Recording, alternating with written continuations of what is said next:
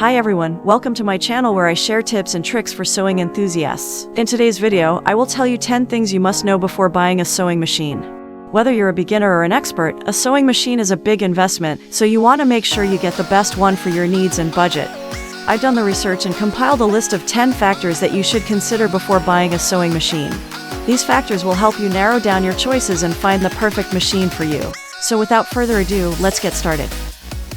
The first thing you need to know is what kind of sewing you plan to do with your machine.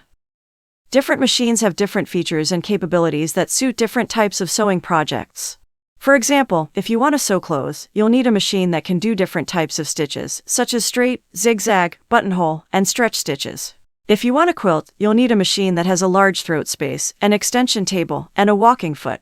If you want to embroider, you'll need a machine with decorative stitches and an embroidery hoop attachment. The second thing you need to know is how much space you have for your machine. Sewing machines come in different sizes and shapes, and some are more portable than others. You'll need to consider where you're going to store your machine when not in use, and where you're going to set it up when you want to sew. You'll also need to think about how much table space and lighting you have around your machine. The third thing you need to know is what your budget is.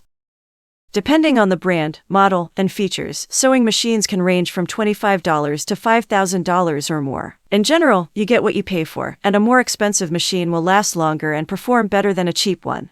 However, that doesn't mean you have to break the bank to get a good machine. You can find some great deals online or at local shops if you do some research and compare prices. I recommend setting a minimum budget of $100 $150 for a beginner machine that has the basic features you need. The fourth thing you need to know is what accessories are included with your machine. Accessories are the extra parts that come with your machine or that you can buy separately to enhance your sewing experience. Some common accessories are bobbins, needles, thread, scissors, seam rippers, pins, measuring tape, etc. Some machines also come with specialty feet that can help you with different types of sewing tasks, such as zipper foot, buttonhole foot, rolled hem foot, etc. You'll want to check what accessories are included with your machine and what is available for purchase if you need them later. The fifth thing you need to know is how easy it is to repair your machine if something goes wrong. Even the best machines can break down sometimes due to wear and tear or user error. You'll want to make sure that your machine has a warranty or guarantee that covers any defects or malfunctions for a certain period of time. You'll also want to make sure that there are local technicians or dealerships that can service your machine if it needs maintenance or repairs. You'll also want to have access to replacement parts if something gets lost or damaged. The sixth thing you need to know is what the limitations of your machine are. Every machine has its strengths and weaknesses, and some machines are better suited for certain types of sewing than others. You'll want to know what your machine can and can't do before you buy it so that you don't end up disappointed or frustrated later on. For example, some machines can't handle very thick or very thin fabrics well. Some machines can't sew very fast or very slow. Some machines can't do very complex or very simple stitches, etc. The seventh thing you need to know is how user-friendly your machine is. User-friendliness refers to how easy it is to operate and understand your machine. You'll want to choose a machine that has clear and simple controls, a readable and informative display, a helpful and comprehensive manual, and a responsive and intuitive design. You'll also want to test your machine before you buy it, if possible, to see how it feels and behaves with different types of fabrics and settings. You'll want to choose a machine that you enjoy using and that doesn't cause you any stress or confusion. The eighth thing you need to know is how versatile your machine is.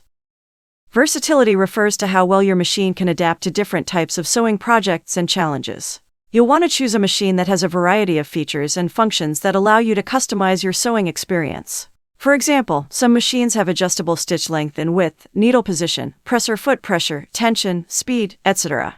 Some machines also have memory functions that let you save your favorite settings or stitches for future use.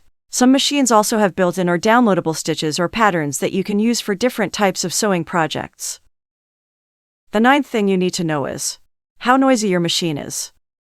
Noise refers to how loud or quiet your machine is when it's running. Some machines are louder than others, depending on the type of motor, mechanism, and materials they have. You'll want to choose a machine that has a low noise level, especially if you plan to sew in a shared space or at night.